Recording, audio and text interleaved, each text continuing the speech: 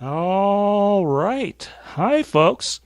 Sorry for a little bit of delay there, but we are rolling now.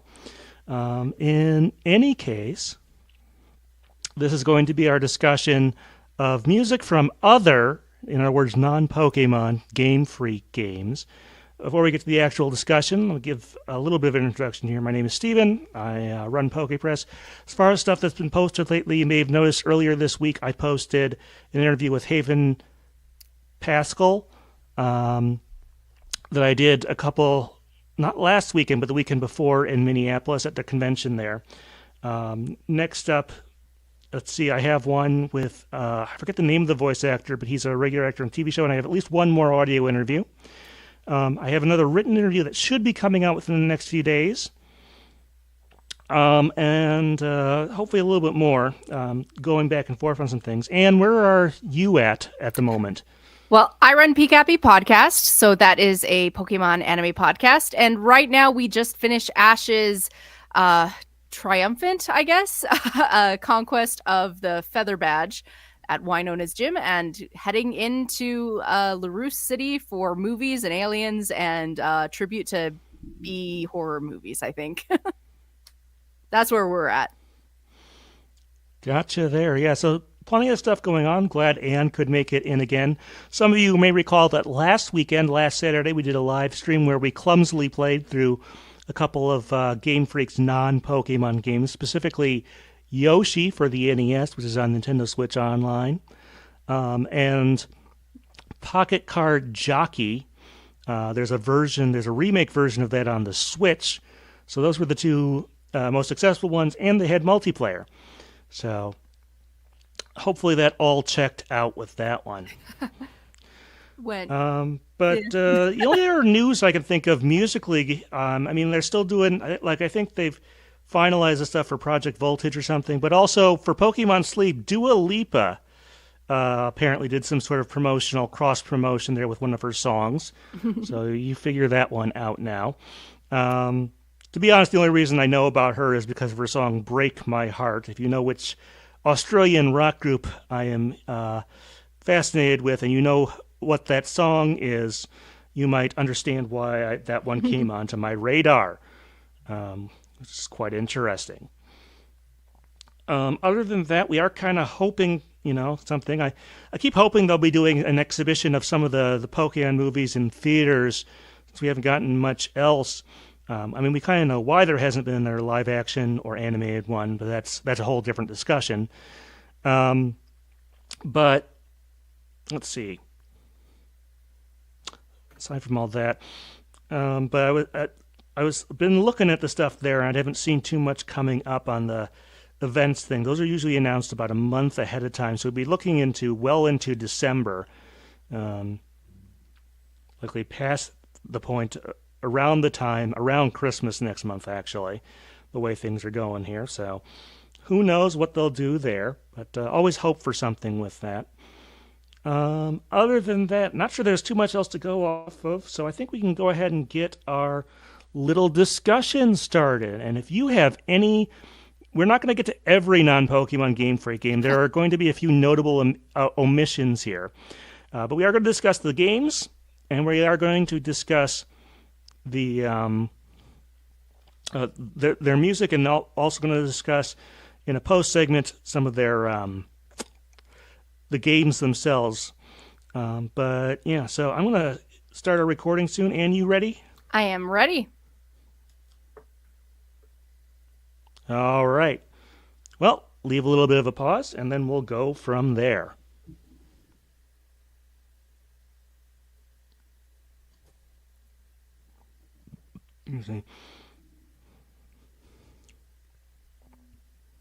Hi, folks. Steven here. I'm on the phone with Anne from Pikapi Podcast. And in our break between the XY and Sun and Moon side game discussions, And in this intergenerational gap in our side game music discussions, we're doing a couple special episodes. This first one is discussing the music of other Game Freak games. So just to review, Game Freak is a Japanese company. And they've made much more than Pokemon, although Pokemon is by far the biggest in terms of sales in their portfolio. But they do have a number of other games which are notable for various things. As far as the company itself, it was founded in 1989. Now, the name itself comes from an earlier fan gaming magazine that one or both of Satoshi Tajiri, Ken Sugimori put together earlier in the 80s that was also called Game Freak, so they decided to reuse that name. So that's kind of the story with that.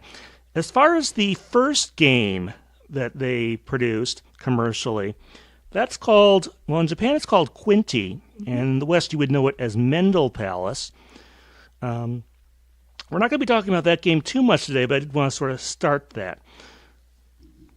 See, usually when we're discussing a side game or a game in particular or a movie or something here, this is where we put our discussion about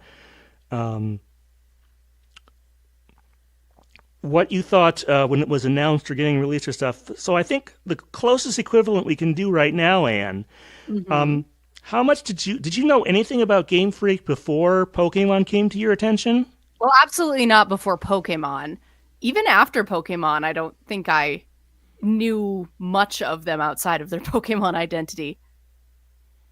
Like, I just kind of knew them as the logo that came up on my little Game Boy game. Yeah, we'll go into why that is, even though one of the games we're going to talk about here was actually a decent hit and is fairly easy to get to these days. Yeah, I had not really heard of them as a company either. It is admittedly kind of a generic name for a game company. Like even something like Electronic Arts is maybe a little more distinct and descriptive there. So, but that's something they inherited, I guess, from the name of their fan magazine they had done a few years earlier. All right. Well, we have each picked out 3 songs. However, they're split across, let's see, I think 5 different games here. Yes. Yeah, so they're split across 5 different games here. We won't be going in strict chronological order. We kind of just grouped all the songs from the same games together and came up with this one. But the first game we're going to discuss is Yoshi. Now, this is a puzzle game released in 1991. Not to be confused with another Yoshi-based puzzle game, Yoshi's Cookie, which is a different game mechanically. But this game was released on the NES and the Game Boy. In the US, I think it came out just a few months after Super Mario World, so in some ways maybe it was a consolation prize if you didn't have the latest, greatest system out there. As far as the actual music, it was done by Junichi Masuda, which you wouldn't know from looking at it. Game Freak is not credited anywhere in the game that I can see there. But you might know by listening to some of these tracks. Yeah, we're definitely, when we talk about these songs, when we find a good comparison to something within the Pokemon franchise, we will take that opportunity.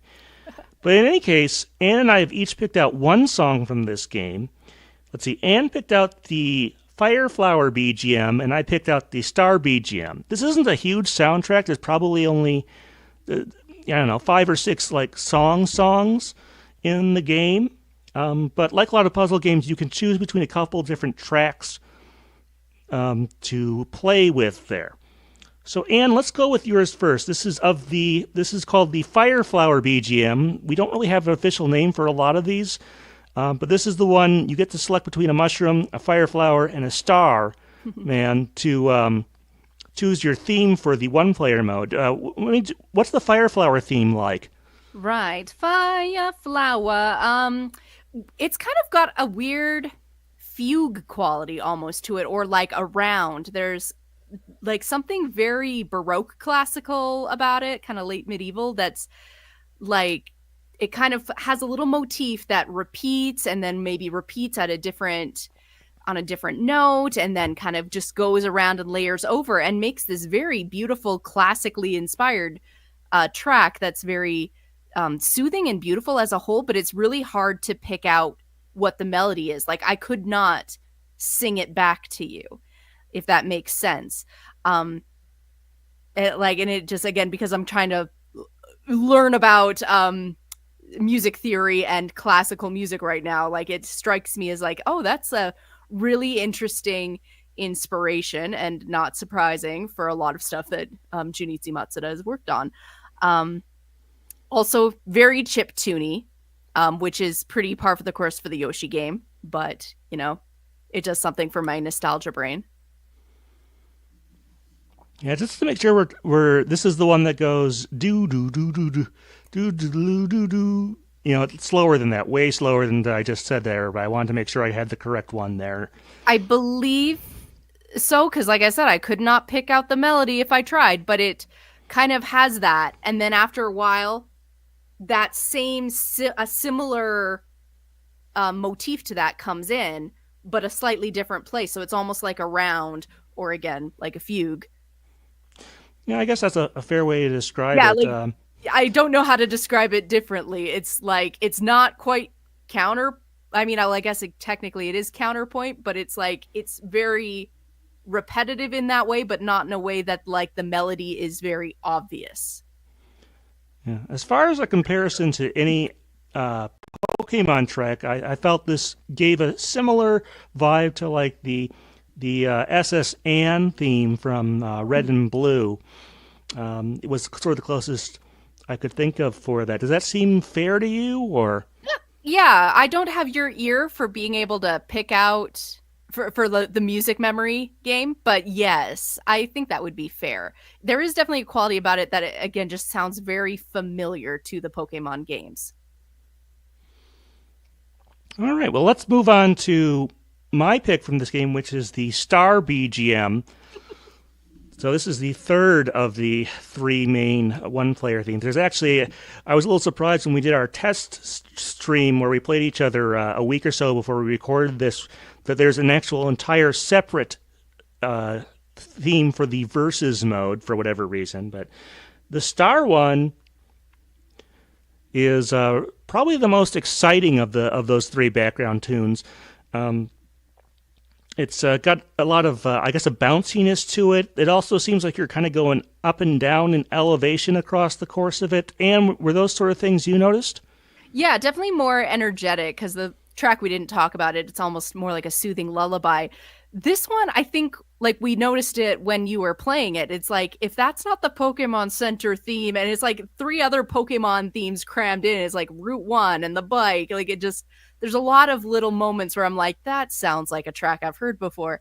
So it's very fun to listen to. I put down that it was somewhere between the bicycle theme and the Game Corner theme.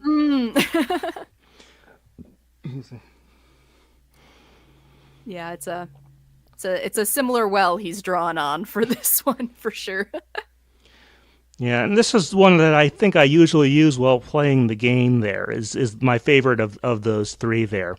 So that was another reason I picked it out. I mean, as far as the music for this game, I guess I should point out the NES and the Game Boy have very similar but not identical sound capabilities. Some of the instruments are, I mean, it's all just, various waveforms of like triangles, squares, so on and so forth.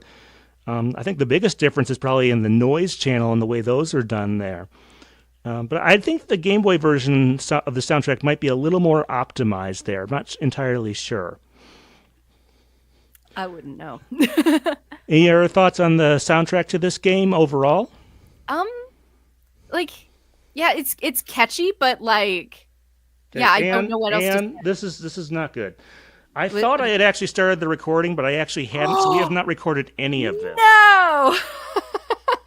Sorry to the folks at home. You get to see us do a do-over on this. Do we want, for the sake of those at home, do we want to carry on with our discussion and then just come back on our own time after the stream has ended, and then way I can edit it in without having to bore the people at home? No, I think we'll just start at the beginning of our other Game Freak music. I have it, so for the folks at home, what happened here is that on my recorder that you can't see because my webcam is not working with StreamYard today, the thing has a penned mode where it flashes, and then a actual record mode where it goes solid on the record button and the clock moves. And I realized the clock hasn't been moving for this, so that's why we have to start this one over. I can potentially salvage the audio from this first part here, but I think it's probably better off. We're still fairly early. We can go back and do the intro over again. So I'm going to actually We also could just do the intro at the end after the stream has ended. Like, again, so that no one has to listen to the exact same thing over again in the audience. I'll just try and remember to come in and splice out the live stream past that point straight into the discussion. Okay. If I can remember to do that. You got it. All right, so now I am actually recording. So sorry about that, folks. Leave a little pause, and then we'll go into the discussion from the top again. Hi, folks. Steven here. I'm on the phone with Ann from Pikapi Podcast. And we're in this intergenerational break between side game music discussions. We've picked out a couple of special topics, and the first of those is going to be music from other Game Freak games. So Game Freak, Pokemon was not their first game. It certainly isn't their only game, even since then. And we thought it would be a good idea to talk about the music of some of those other games and how they do or don't relate to the stuff we've heard in the Pokemon franchise.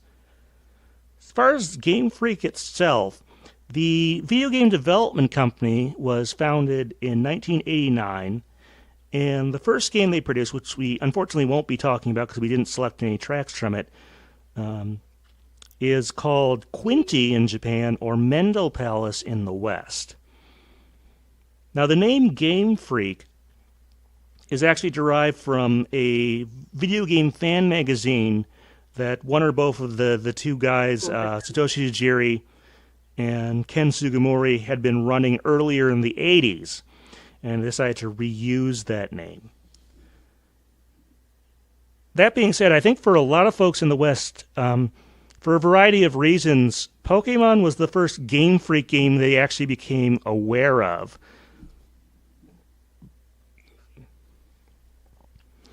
And was that sort of the situation for you? Had you heard of them before Pokemon came to your attention? No, absolutely not. It was absolutely Pokemon that kind of got them on my radar, as it were. And honestly, I'm not super familiar with most of their games until today. It's pretty much just been Pokemon, but they've been killing it at Pokemon, so Yeah, from a sales perspective, Pokemon, even with the newer games they've made since then, Pokemon has remained 70-80% plus of their sales in terms of games.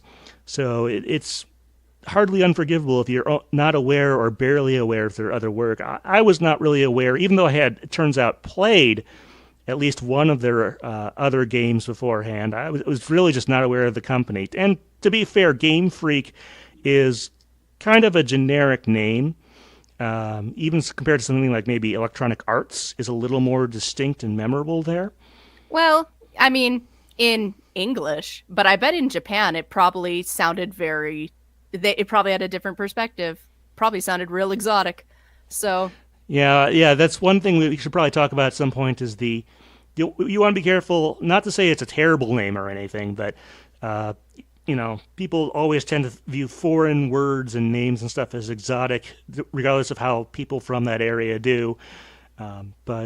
Yeah, so like it probably was very original. It was probably unlike any other game over in that country where they created. So yeah, but so those of you who listen to our side game music discussions know we usually pick out 6 songs. Now, we have done that. However, they're spread across about 5 different games. Some of them have multiple picks. Some of them don't. But, and we're not going quite in chronological order. We kind of just sort of structured things somewhat loosely, I guess. But the first game we're going to talk about is called Yoshi, and it was released on the NES and Game Boy in 1991. As far as the West, I think this came out not too long after Super Mario World. I don't know if you consider this a consolation prize game for people who didn't have the Super Nintendo and couldn't play that, but this is a puzzle game, and we'll talk more about the games themselves in our post discussion. But if you've played this and you didn't realize it was a Game Freak game, that's probably because I don't think Game Freak is mentioned anywhere, certainly not anywhere in the actual game itself. It does not say Game Freak. It does not, I don't think it's probably not in the manual. It was featured in Nintendo Power when this came out. There's a funny comic with Mario and Luigi in it talking about various things and how you can sandwich characters together in between shells to make a big Yoshi and stuff like that. But music was definitely done by Junichi Masuda. We know that guy. Yes, we certainly do.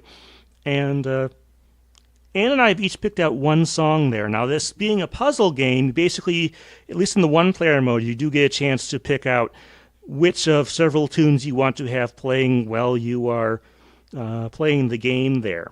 And in this case, they're represented by a mushroom, a fire flower, and a starman, given that this is a Mario-themed game. Anne picked out the fire flower theme, and I picked out the star theme. We'll start with Anne's pick. Anne, what kind of struck you about the fire flower theme? Yeah, so fire flower, it struck me because I couldn't pick out the melody, and that's because it seems to have a strange, like, round quality where, like, it starts singing its motif, and then the same motif or something very similar comes in a few bars later and then repeats and repeats. And it seems to have more of that going on than like a straight up counterpoint. And I don't know, it could be the chiptune, but it also sounds a little bit like a fugue, a harpsichord-y sort of thing that you might hear in very, very classical Western music. And I found that really fascinating, and it does seem to track for a lot of Junichi Masuda's like composer style. So I don't know, I thought it was very interesting that like the whole track as a whole sounded very beautiful and like very speaking to like the classical music I've heard before, and yet not I could not sing that melody back to you if I tried. Yeah, I have a pretty good memory of what it sounds like. I can understand why, especially if you're newer at this game, why it might be a little confusing to you, or at least less memorable or harder to recite, I should say. That's the phrase I was looking for. Harder to recite, it sounds good. You do have like a strange ability, like you beat me at every Name That Tune game that we've played. I suppose so. But as far as a comparison to Pokemon, I felt this was most similar to like something like the SS Anne theme in Red and Blue. I think that's a fair comparison. I think so, yeah. All right, well, let's move on to my pick from this game. This is the Star BGM. And if you want to, by the way, listen to these, first of all, you can find them online, I'm sure, easily. But this game is also on the Nintendo Switch Online, on the NES version of that. But in any case, the Star BGM, very bouncy track. Seems like it has a lot of ups and downs there. Mm-hmm. And did you notice something similar, or? Very, yeah, like it's very energetic compared to the one I recommended, and then the third track, which is kind of more lullaby-ish. Yeah, it's got a lot of energetic and a lot of very recognizable motifs in a way, whether it was intentional or not. Yeah, going back to, we're definitely going to at least try for some of these to make a comparison to mainline Pokemon music, but this one seemed to me somewhere between the bicycle theme and the Game Corner theme. Mm-hmm. It has that level of excitement and freedom and stuff like that. Not sure how Junichi Masuda went about deciding on the major themes and how to differentiate them for a puzzle game like this. But that was sort of the comparison I made. Any other observations, Anne? Well, I picked up a lot of Pokemon Center, and like a lot of things as also kind of reminded me of Route 1. There is like in the middle a sort of la la da da da sort of twinkly quality. So it's like it's not that it doesn't sound star-like. But yeah, like there were a lot of little moments. There's like, that sounds like a game I've played before. Yeah, you may have noticed that unlike some of the modern games where we try to pick out, certain specific instruments, this, not that there isn't good music on the NES and Game Boy and other 8-bit systems like that are extremely limited. Quite the contrary. But it's hard to ascribe those to specific instruments often, and that's one reason I think we're maybe a little bit why we're focusing so heavily on some of the structure and composition in that regard. Any other thoughts on the music in this game in general? Like, I don't know, like it could just be my age, but like the chip tune of it all just does something for me. Like I immediately gravitate to it.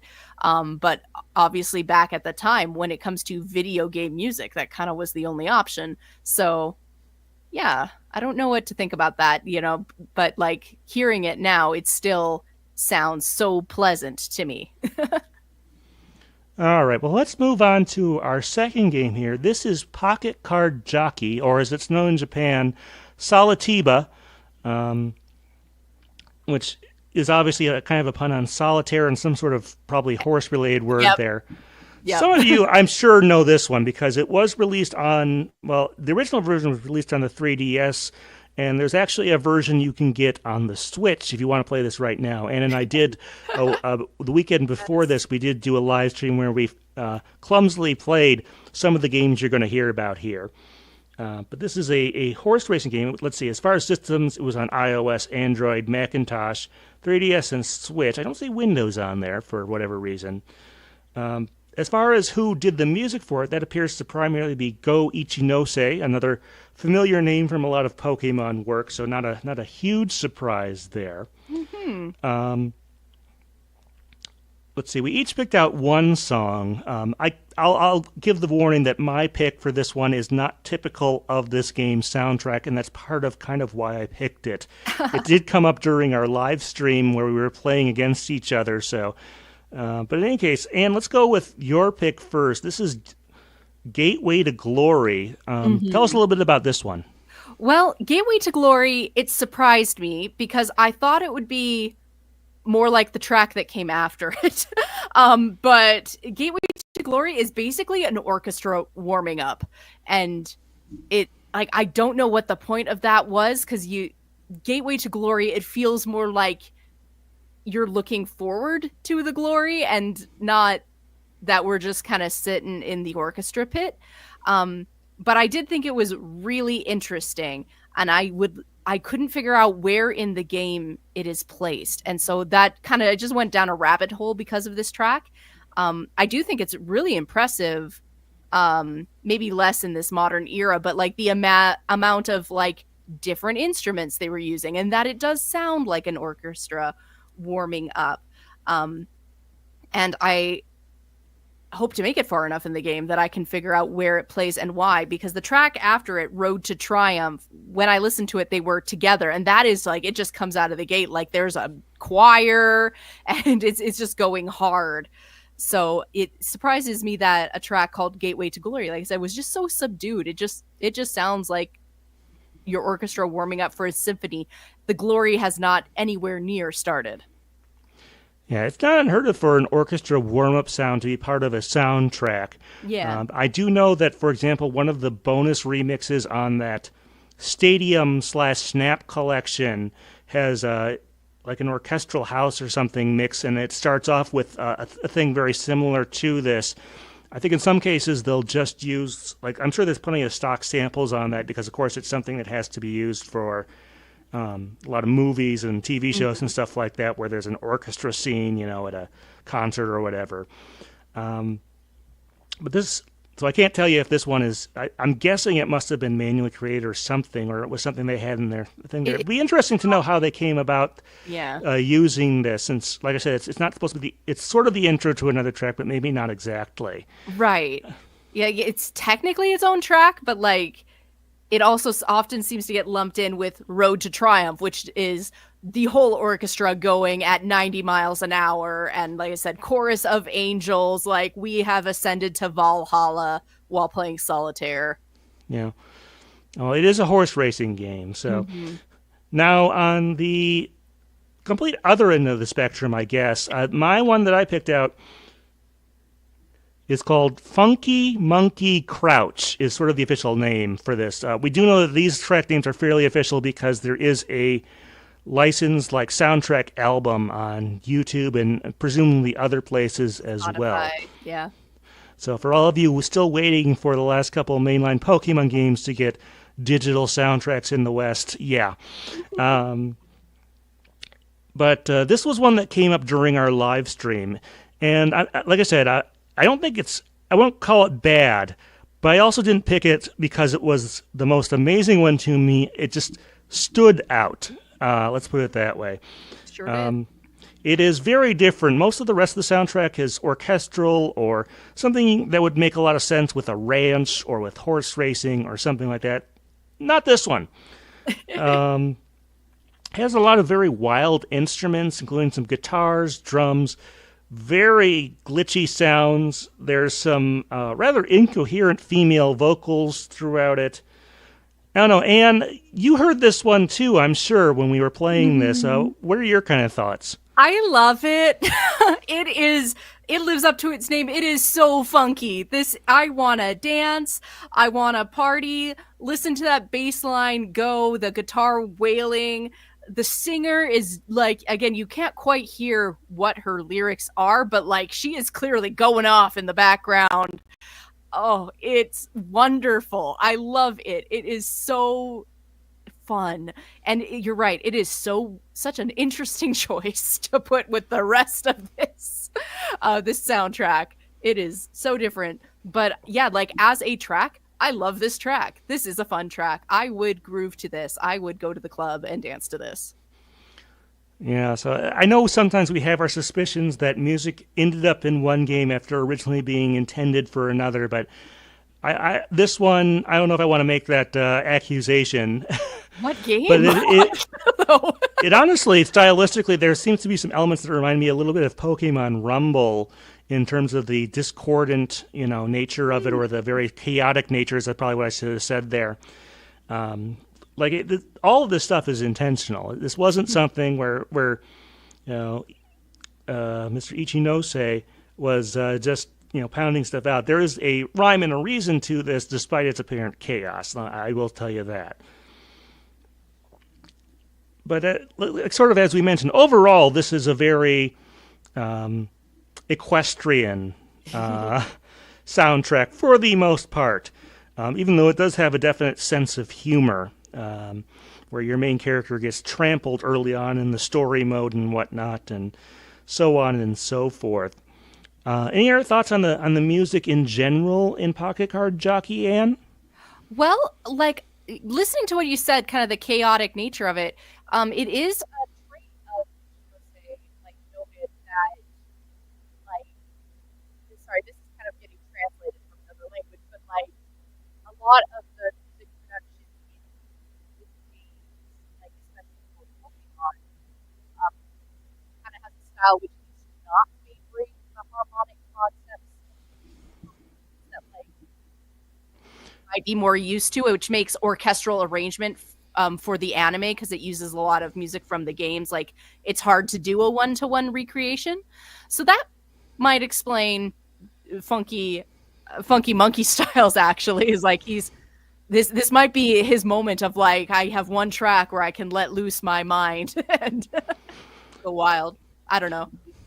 Wouldn't be surprised if something like that occurred, or if they just decided they needed one more song and told them to kind of do whatever. Do what moves you. Yeah. FYI, and you did break up for a fair bit there, where you went very much. I could barely hear you. You sounded like you were underwater and stuff like that. Oh. Not sure what happened with that, but it did clear itself up, and I think I got enough of what you just said there to make a coherent response.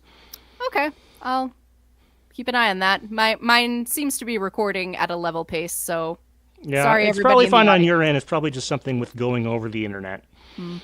That's how it is sometimes. All right, well, we've got 2 more games here. Let's see. Yes. And 1 song from each. So let's see. Our next one is one I think some folks will be at least fairly familiar with called Little Town Hero. It was released in 2019. Let's see. This one is on the Switch, the PS4, Xbox One, and Windows. Just to remind you that Game Freak is not a Nintendo subsidiary directly. Nintendo owns part of the Pokemon franchise, but for most of their other stuff, they are generally free to publish that on other platforms if they so desire. But in any case, this is a role-playing game. And as far as the people behind the music, it seems like there's a decent number of people, but the two key ones are some person you've probably never heard of called Toby Fox, who I'm sure has... please. I know. Every so often I'll do a feigning not lack of knowledge on there. But yeah, Toby Fox, best known, of course, for his work on Undertale, as well as several things within Pokemon in the last couple of games here. And Hitomi Sato, who has been working on and off with in the main series Pokemon games. So it's not obscure names to listeners of this podcast, I hope. And was there anything about those two folks you want to sort of mention here? Just what I realized in like the last hour, which is Hitomi Sato is the reason we have the playable female character in Pokemon Crystal. So she is a hero of our time, and just everybody thank her in your heart. Also, Toby Fox, one of his major influences is Yoko Shimomura, who did the Kingdom Hearts music, and it shows.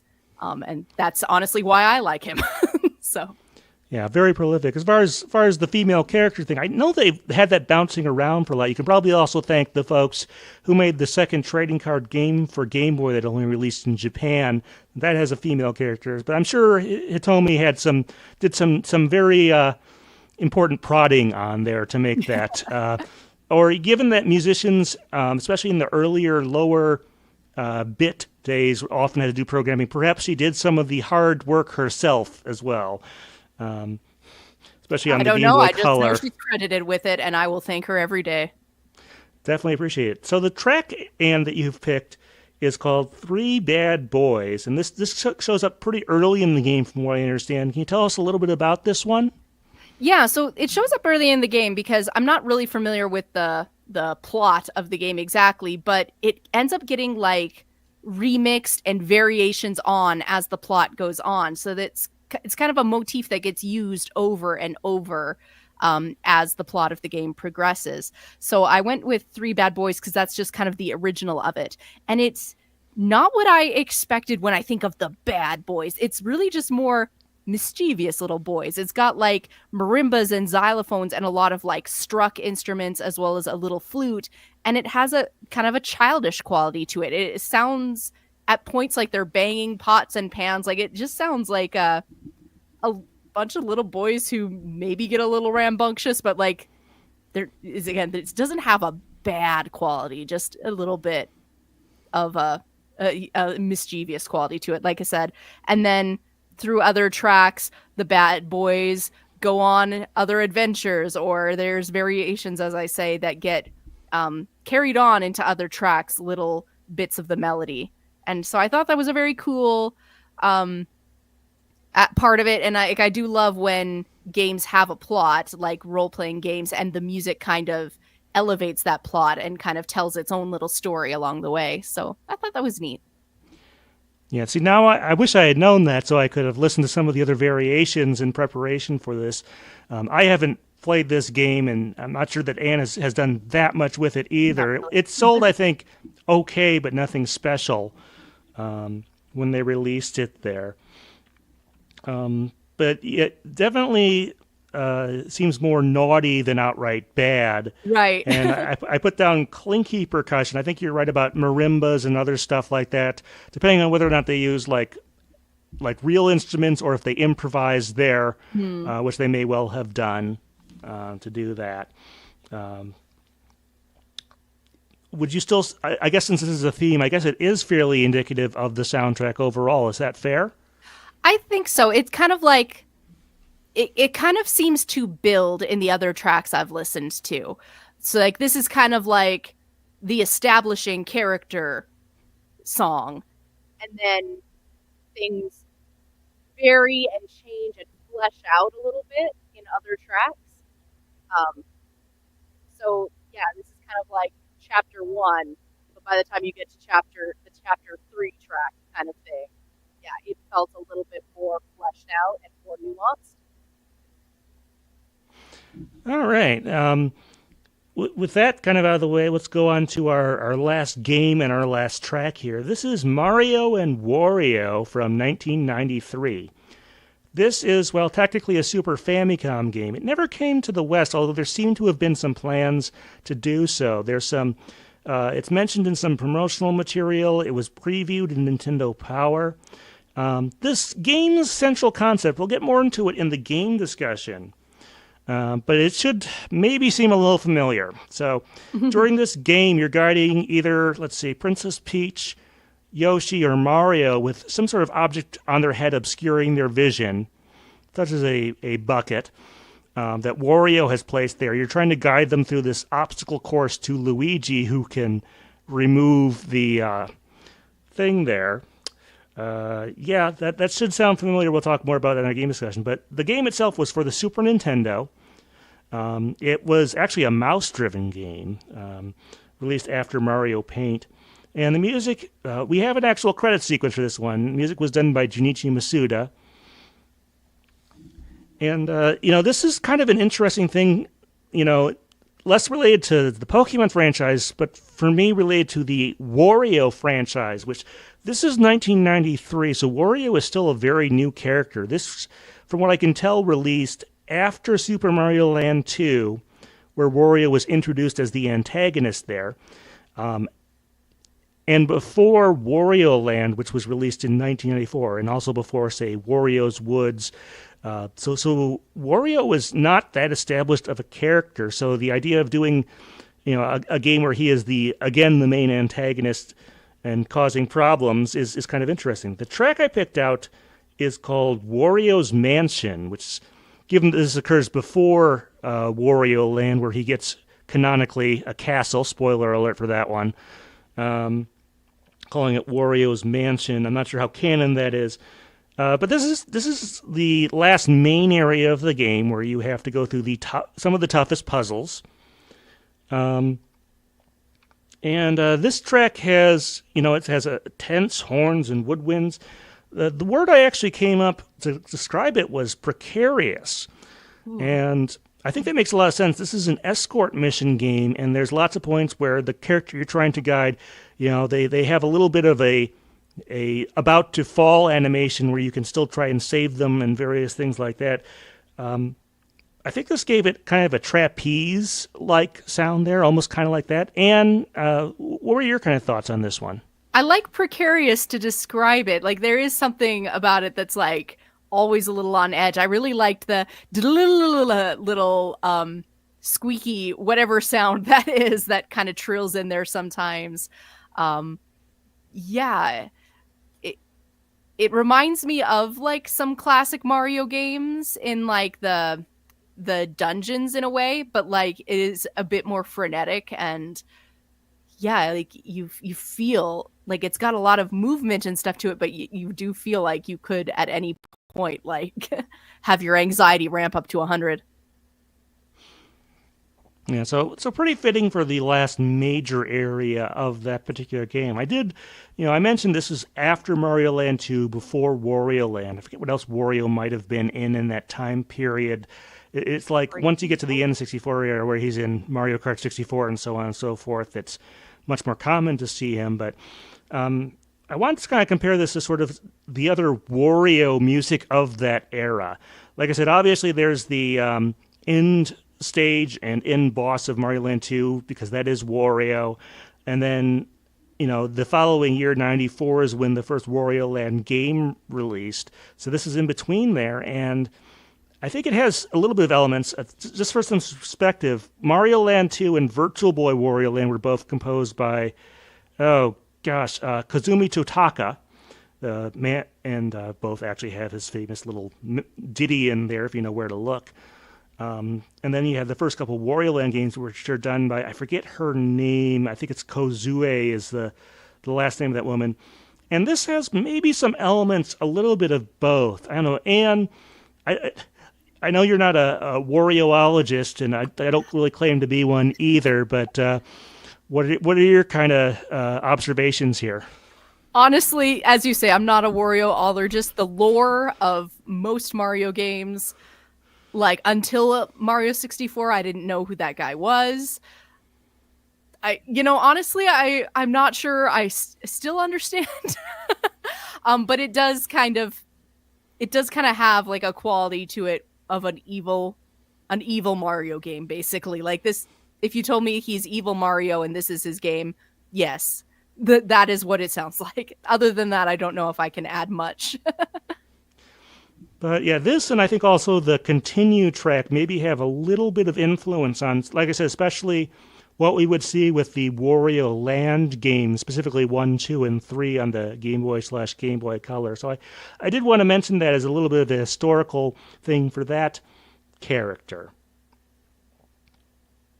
All right, well, there are other games, and unfortunately we only had 6 song selections, so I'm sorry if you wanted us to get to Tembo or Pulseman or some of the other ones. There's a fairly interesting sort of array of non-Pokemon games in Game Freak's catalog, so it's quite a bit there. But as far as what they have here, I mean, if you told me if you played most of these, maybe the exception of the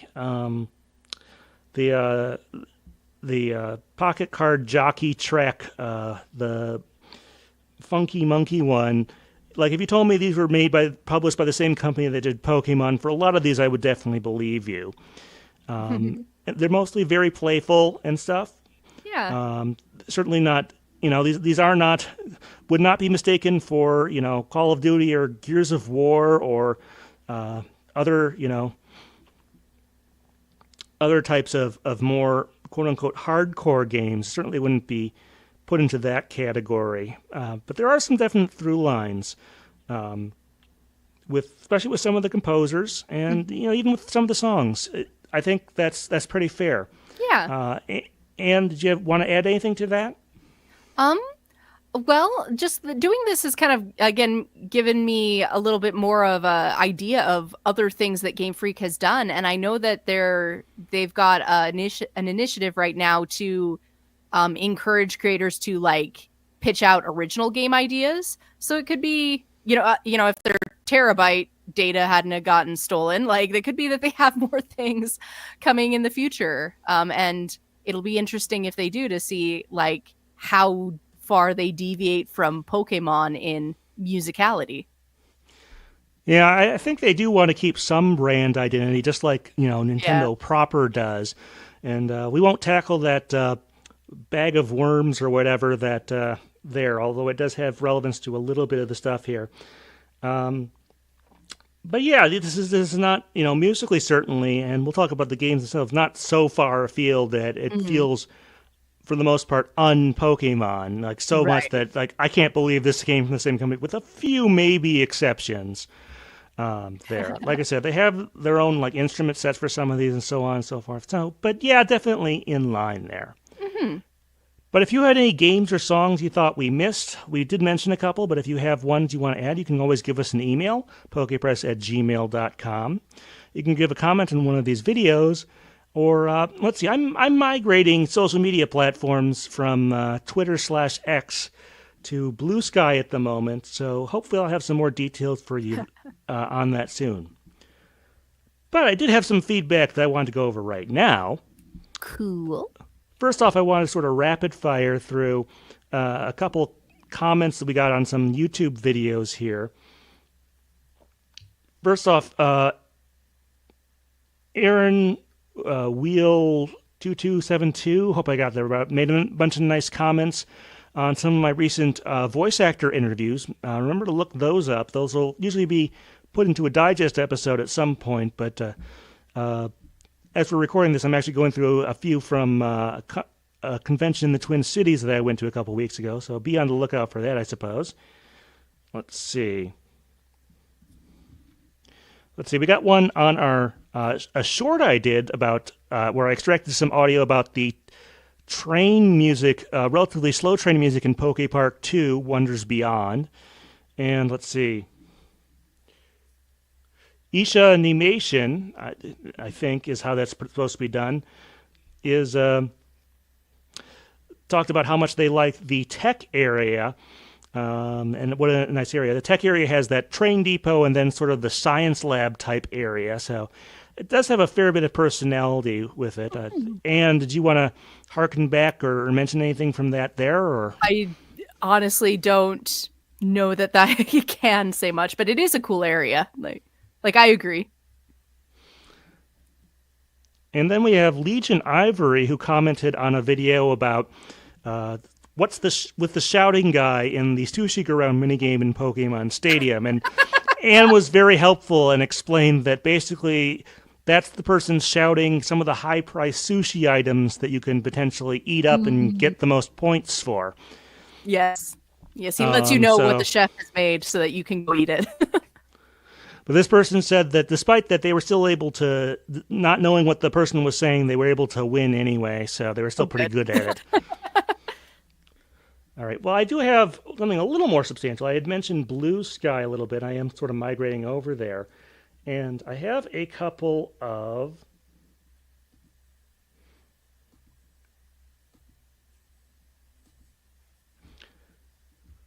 And I have a couple of posts from there, or really one thread that I want to toss in here. So let's see. Paravel, hopefully I'm saying that kind of right, posted about my coping mechanism when I have to drive anywhere is listening to nothing but Pokemon video game and meditation music until I get to my destination, which I know is how some people get through hours of driving. I sort of reply to that and says, why not combine the two? Any opinions on Kyoto Mist from the Detective Pikachu movie? So just to sort of set the stage here, if you remember the Detective Pikachu movie, there's a scene where Tim and Lucy and Detective Pikachu and Lucy's Psyduck are in a car. And Detective Pikachu is saying basically that, yeah, we have to listen to the spa music or else Psyduck's head is going to explode or something like that. And that is an actual musical track called Kyoto Mist. Let's see. And Paravel said, yeah, that one is very nice. I lament here, though, that I tried to find that person because I was able to track down that person. I don't know exactly how the song got edited, and they never really got back to me, which was too bad. But I don't know. I wanted to talk more about like using game music to sort of calm down and get you through rides. It can perhaps backfire if the music is too fast or energetic and you get a speeding ticket. But Anne, any experiences you want to share here? Well, I don't know about experiences that, like, usually when I take long drives, like, that is my one, like, it's honestly the only time I ever get to be by myself and, like, have my own, I don't know, thoughts and my own space and listen to the music I want to listen to. So, like, I usually go for energetic, happy tracks or full-on Black Parade. But I think listening to Pokemon video game music might be really fun because it's like I'm going on a journey. Why not play the Route 1 theme at the top of my speakers? So this might be something I try, listening to Pokemon game music on my next road trip. I'm hopefully going to see my dad over Christmas, so that might be what gets me to Canada, is listening to the mountain tracks of Sinnoh or something. Well, I usually tend to foist our discussions on my mom when we do driving together, so that's my usual plan. But she's a retired orchestra teacher, so she has insight on a lot of this, and has been very helpful at looking certain things up. But yeah, if you have thoughts on that or anything else we mentioned, remember you can always drop us an email, pokepress@gmail.com. You can drop a comment on one of these videos, and you can, eventually, when I fully feel comfortable, pokepress.bsky. Whatever it is where I am there. But much appreciated. All right. Well, before we get to the Sun and Moon set of side games, and discussing their music. We want to do one other episode as an in-betweener. And so our next discussion is going to be the music of Super Smash Bros. For 3DS and Wii U. That really is the name of them. Let me just call them Smash 4. But there is another whole batch of music in those games. And we're going to pick out a couple selections, Pokemon and non-Pokemon from there, and sort of do a discussion with that. And I assume you must have some experience with one or both of these titles. I know well the Smash. Yes. Yeah. Another great episode, I'm sure, is on the horizon for that. But until then, Anne, thank you very much for being on. Thank you. This has been Stephen Reich. All right, folks, thanks. Okay, so we're going to do a games discussion. It won't be as detailed, but I want to grab some more water quick. Okay. What to vamp about while he's getting water? Let's see. Oh, okay. The big Pokemon thing that's been on my mind lately. Can we put humans in a Pokeball in the anime? Because in the past, Sinnoh lore has said, Pokemon humans were once all the same thing. Arceus created us all, apparently.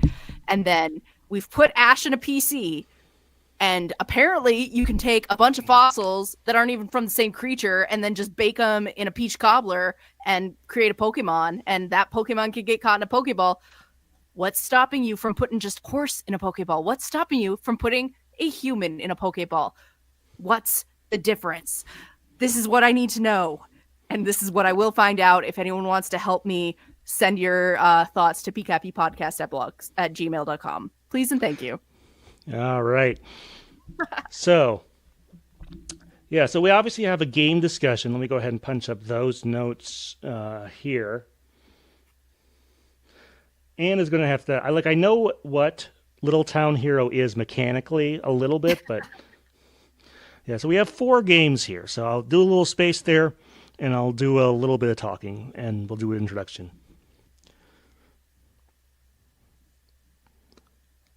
All right, well, we talked about the music from these 4 games.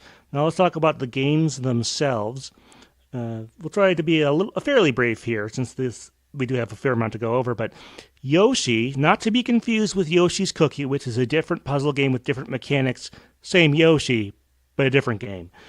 Yoshi for NES and Game Boy is a falling block puzzle game. You had Tetris in 89, although it technically goes back in Russia to 84. But that hit the scene in the late 80s, and then Nintendo made Dr. Mario, and I don't remember if there's something between that and this puzzle-wise that they made. But obviously they wanted to capitalize on the popularity of the Yoshi character from Super Mario World. And basically the goal of this game is that you have, in the one-player game you have Mario, and versus there's Mario and Luigi.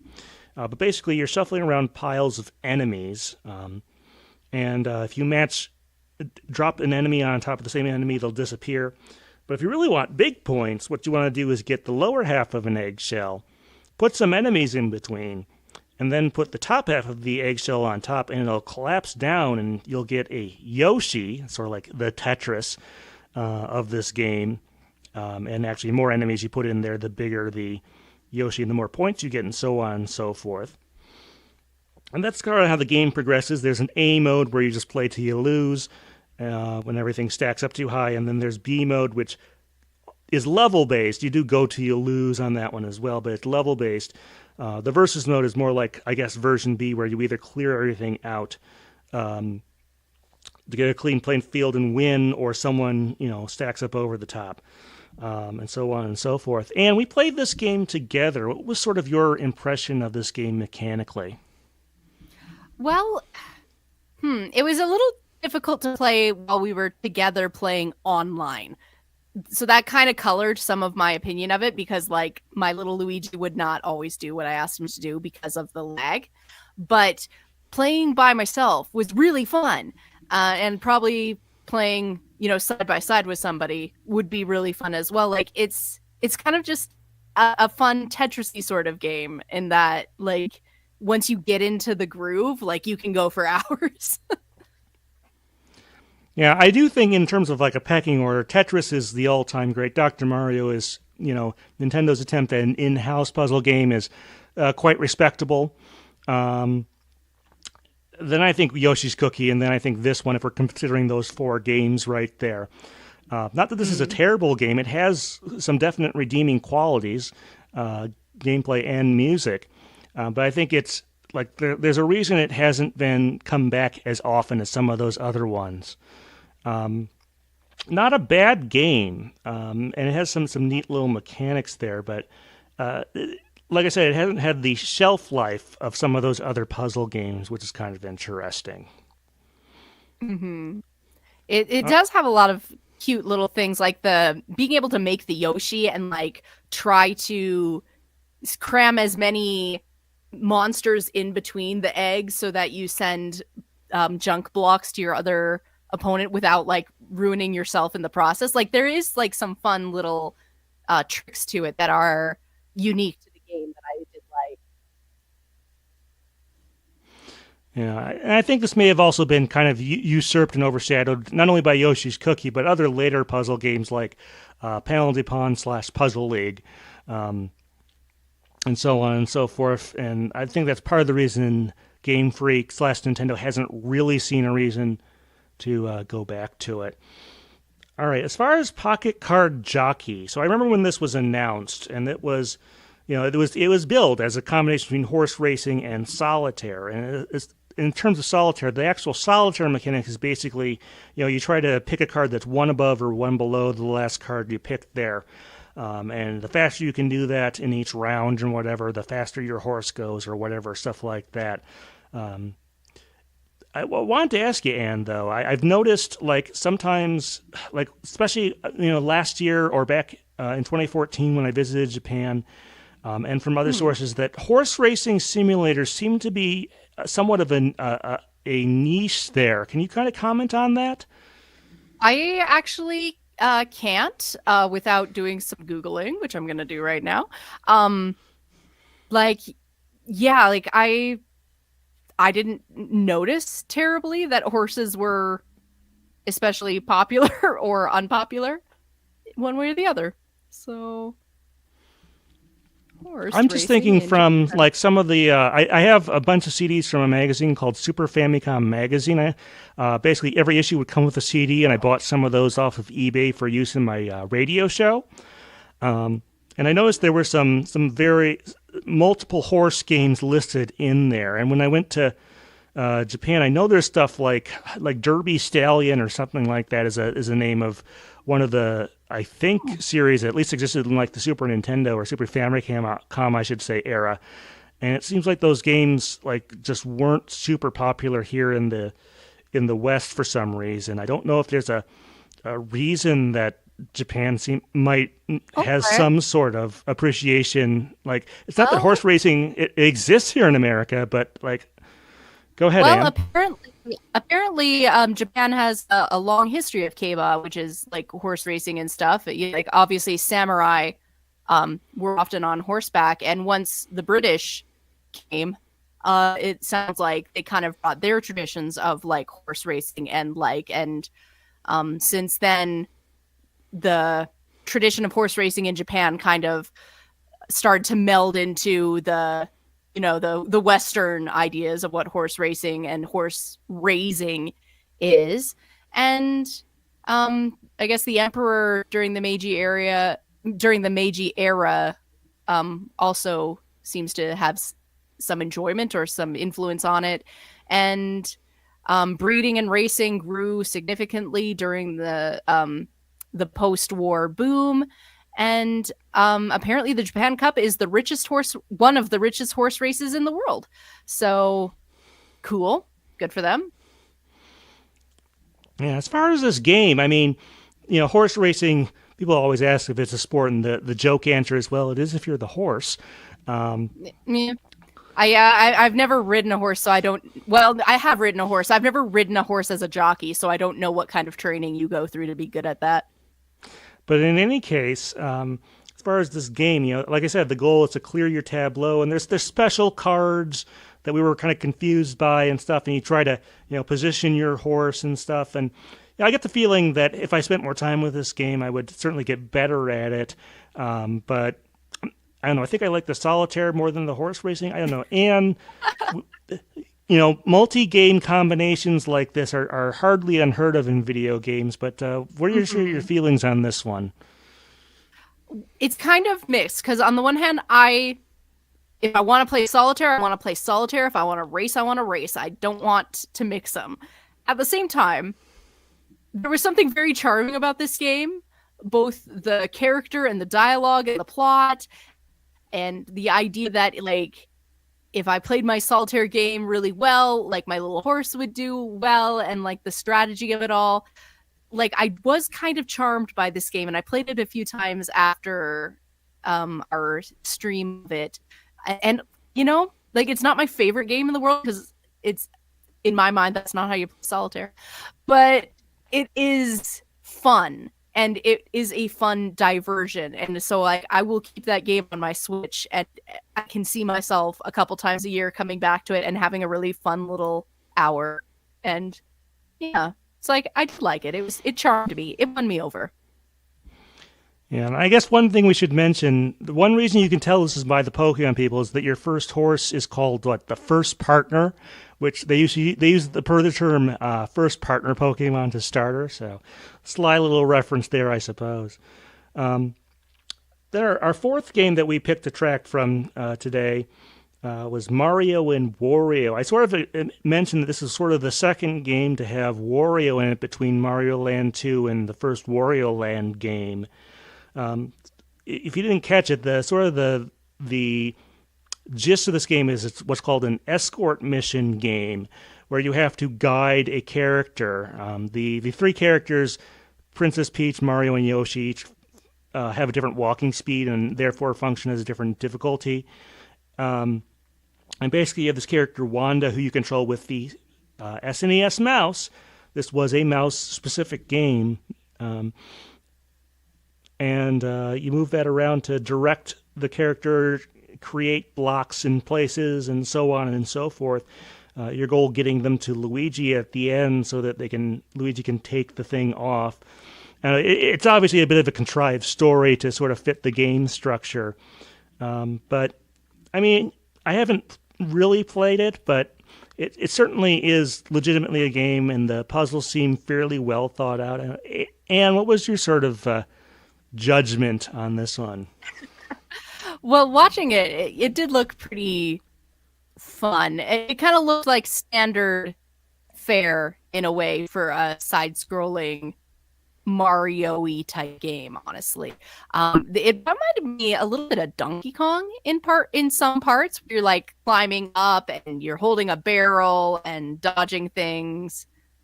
So like, yeah, it kind of looked about in that vein that I'm used to from that world of games, and looked fun.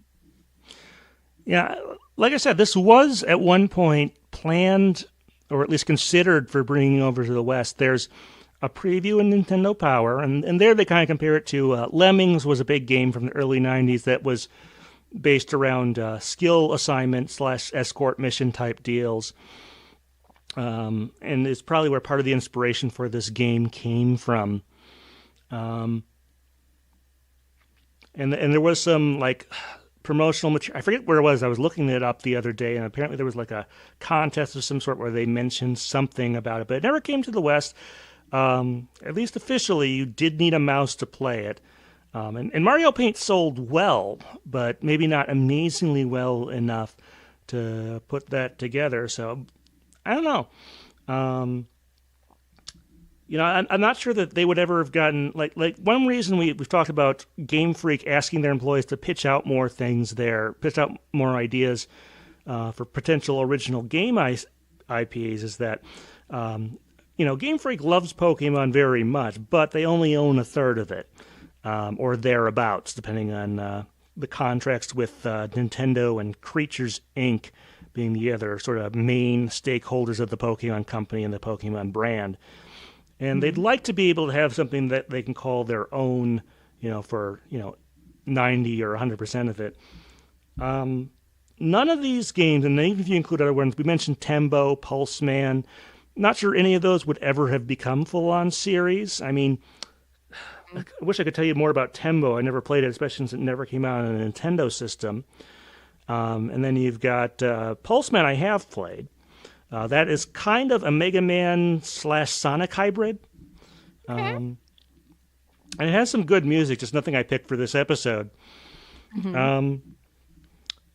I don't know, like, obviously Pokemon, I mean, with the number of creatures and the number of areas, it has some innately iterable qualities to it that maybe some of these other games lack. I could see Mario and Wario had it been more famous. I mean, the game doesn't have a level editor, which is a little too bad, since it seems like it's very block-based, so it seems like something you could do there. And perhaps if that had had further reach and been more successful, it would have been, that would be a series that would come back once a generation or every couple of generations, like Mario versus Donkey Kong and stuff like that. I don't know. Like, Game Freak has wanted to create something. They have a lot of interesting ideas, but Pokemon seems to be the only one that seems to keep selling obviously super well, but even well enough to keep getting iterated on. Why do you think that is, Anne? Any theories? Honestly, who knows? I mean, obviously Pokemon was just lightning in a bottle when it came out. Like, it just hit at the right time in the right place and was something that just really was a little bit new and like kind of got everybody, and then everyone it didn't get, they got with the anime.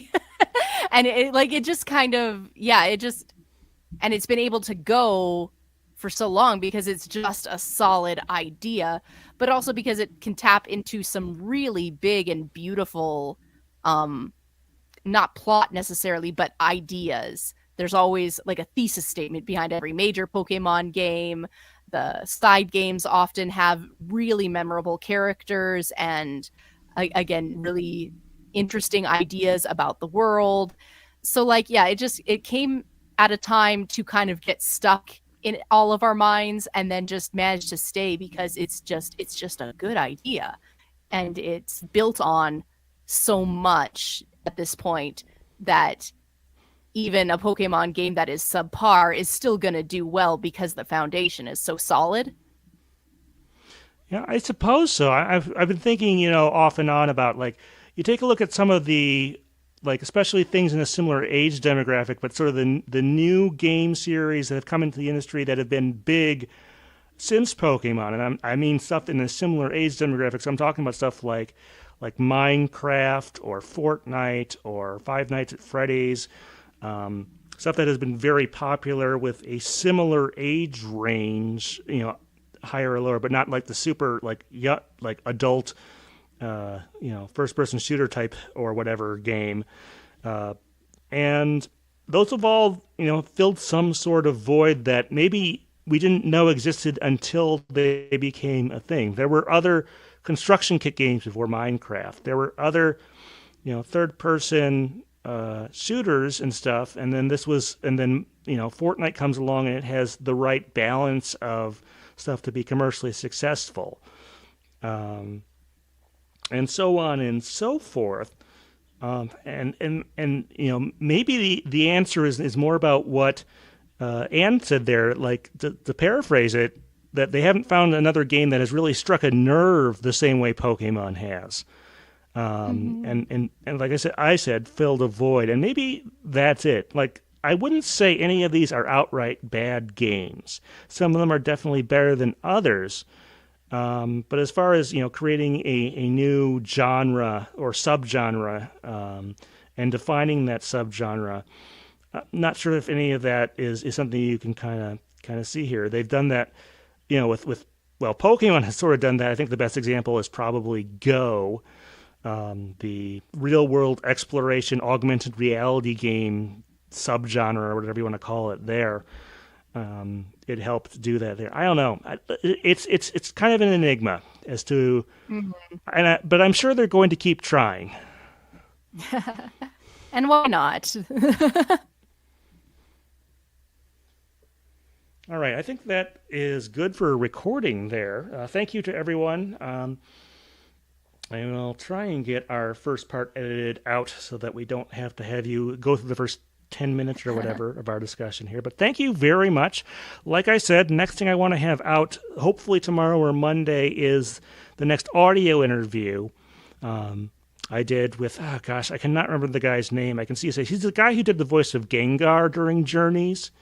Along with a number of other characters. Yeah, very interesting. And then after that, the last audio interview I have from that convention is with the guy who played, I can't remember the guy's name, but the surfer dude guy in Pokemon Concierge, which was a really fun thing to listen to find there. Because we got to talk a little bit about how different, if at all, is stop motion from regular animation, and so on and so forth. And speaking of Concierge, there are supposed to be some new episodes. I'm guessing they're coming in sometime next year at this point. That was a great thing that I'm looking forward to seeing more of. But aside from that, that's mostly what we got here. And anything else you wanted to say before I end the stream? No, I can't wait to talk to you all about Pokemon Super Smash music. Yep. Looking forward to that. Always a good discussion when we get to that side series or whatever. It's its own monster at this point. Yes.